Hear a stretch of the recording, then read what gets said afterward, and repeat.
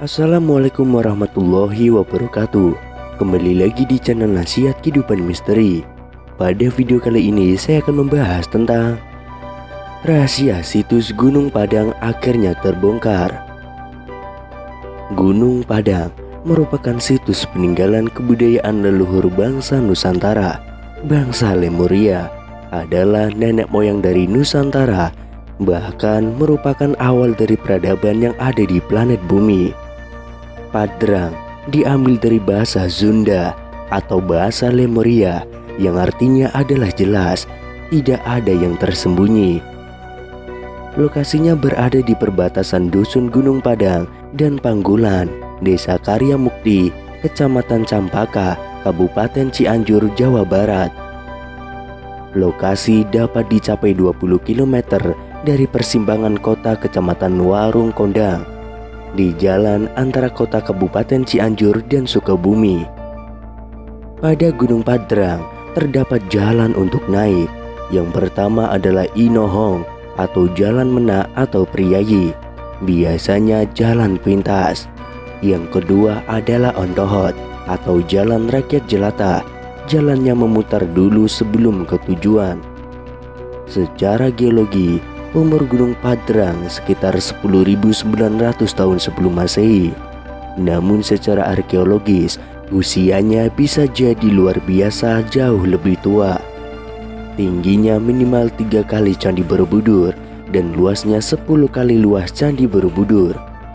Gunung Padang bukan berfungsi sebagai tempat persembahan para dewa, melainkan sebuah bangunan piramida yang ditimbun atau disembunyikan, yang dulunya berfungsi sebagai menara pusat informasi, perhitungan origom, dan prediksi bencana alam yang usianya lebih tua dari kalender suku Maya. Di sekitar Gunung Padang terdapat 4 piramida berbentuk segi empat, dengan Gunung Padang berada di tengah sebagai pusatnya.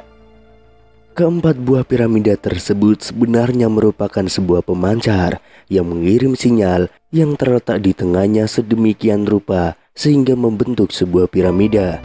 Untuk kemudian sinyal itu ditembakkan ke atas menuju ke bintang Origom. Selain itu, di bawah Gunung Padang terdapat pasir Origom yang dapat menyerap air dan dapat merasakan getaran-getaran di dalam bumi, sehingga dapat mendeteksi datangnya bencana. Itulah sebabnya di Gunung Padang terdapat anomali magnetik yang sangat besar. Mekanisme untuk pendeteksi bencana adalah air yang mengalir dalam generator yang berada di bawah piramida tersebut, ditarik ke atas oleh pasir Origom, lalu diolah datanya. Sifat air yang mengalir tidak terputus dan akan terkoneksi dengan seluruh aliran air di planet bumi. Fungsi air ini adalah media merambatnya informasi dari seluruh bagian dunia. Melalui jaringan aliran sungai di bawah tanah, informasi yang terdapat di air ini kemudian ditransfer ke piramida Padang dengan mekanisme pasir Origom. Pasir Origom dikelilingi oleh batuan khusus, jadi batuan inilah yang dimaksud sebagai generatornya.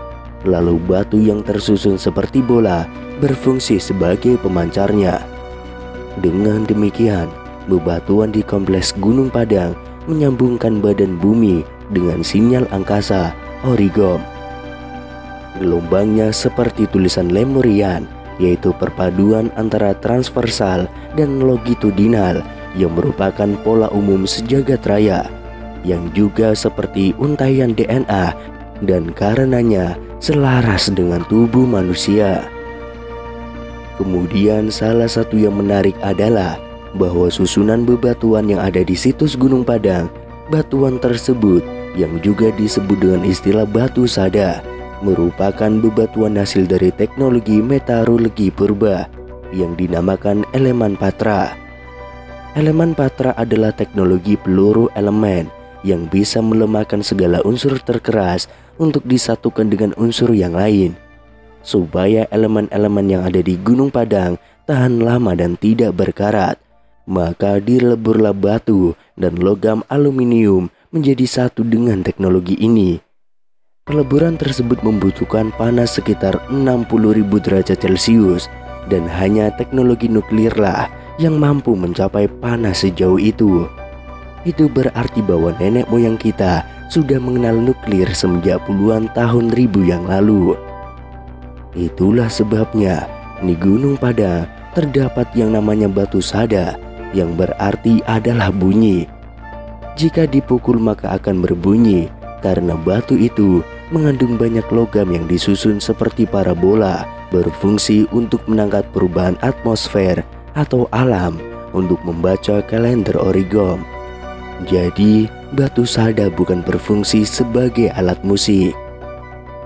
Selain teknologi elemen patra, bangsa Lemuria juga sudah mengenal yang namanya teknologi Tralta. Teknologi Tralta merupakan teknologi pemotongan dengan menggunakan 5 unsur alam seperti air, angin, api, kayu, dan logam. Caranya adalah dengan memanfaatkan tekanan sehingga mempunyai daya potong yang luar biasa ketika dikeluarkan untuk memotong besi, batu, dan lain-lain, dengan hasil yang benar-benar rapi dan juga simetris. Dan jika diperhatikan, bebatuan di Gunung Padang berbentuk sangat rapi dan simetris serta banyak jumlahnya. Bahkan ada beberapa yang dilubangi dengan sangat rapi dan akurat untuk dijadikan kaitan. Walaupun sekarang banyak batu yang sudah rusak atau diambil oleh masyarakat.